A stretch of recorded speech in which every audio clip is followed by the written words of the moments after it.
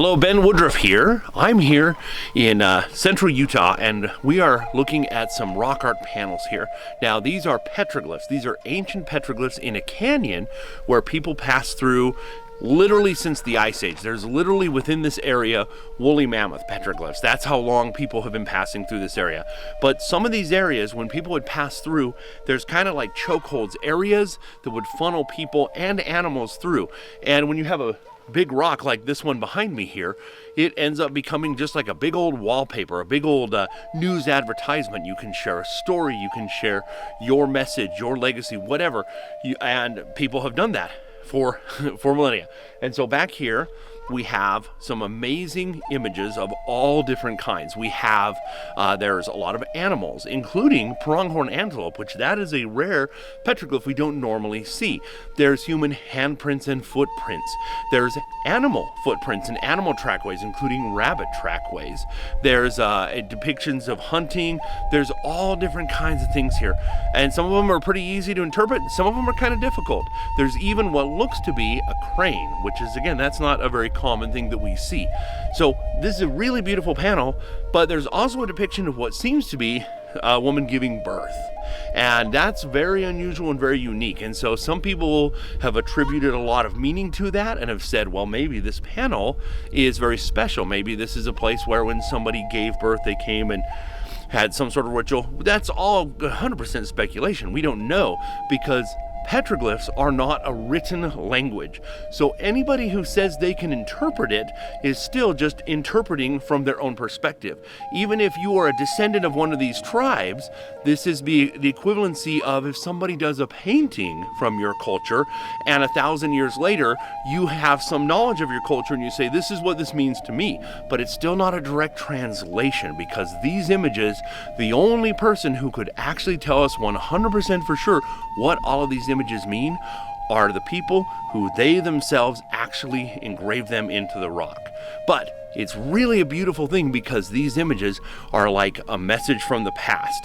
No matter what they actually mean, and no matter what you as a person who sees them in person, no matter what you interpret them as, they are still speaking to us from the past. And that's something special. That's something really beautiful. Sometimes some petroglyphs almost look like doodles, just people messing around. Sometimes they look like they have deep, meaningful spiritual significance. But one thing we do know is this style of petroglyph is not just done by scratching a rock. Normally it was done with two pieces. You would have a piece of flint or chert and a hammerstone, and you would chisel in that way. And it's called peck and grind is a technique, and that makes these deep incisions. Now, unfortunately, at this site, people have vandalized it more than once. We should never, ever vandalize this kind of rock art. We should leave it be for everybody to enjoy. But that being said, what's interesting is where people have vandalized, they tried to do what I just said, just tried to scratch and engrave into a rock. And archaeologists and have come in after the fact and have tried to do some preparatory work to remove those engravings, and it was pretty easy. They didn't go very deep. So to have something this deep when you're only using rock and flint, two different types of stone to various hardness, to be able to hammer into this, that takes a lot of work. So this is not done casually. This is not just like somebody spray painting graffiti somewhere. This takes some real effort and some real thought behind it. So these are very special, and whoever did them, it was meaningful to them. We should enjoy them, we should respect them, and we should leave them be. Now, one of the sad things about this point that it used to be for years, I would come to this site and people didn't know. You'd pull off the road and you'd kind of just shimmy down the rock face, but unfortunately they put like railing around it. You can step right over it. So why is that a bad thing? Unfortunately, it has drawn attention to this site, and they put a sign up as well. And ever since they did that, now people have vandalized this site, which is why, even though this is right next to a dirt road, I'm not mentioning the name of this site, because hopefully that helps to protect it some.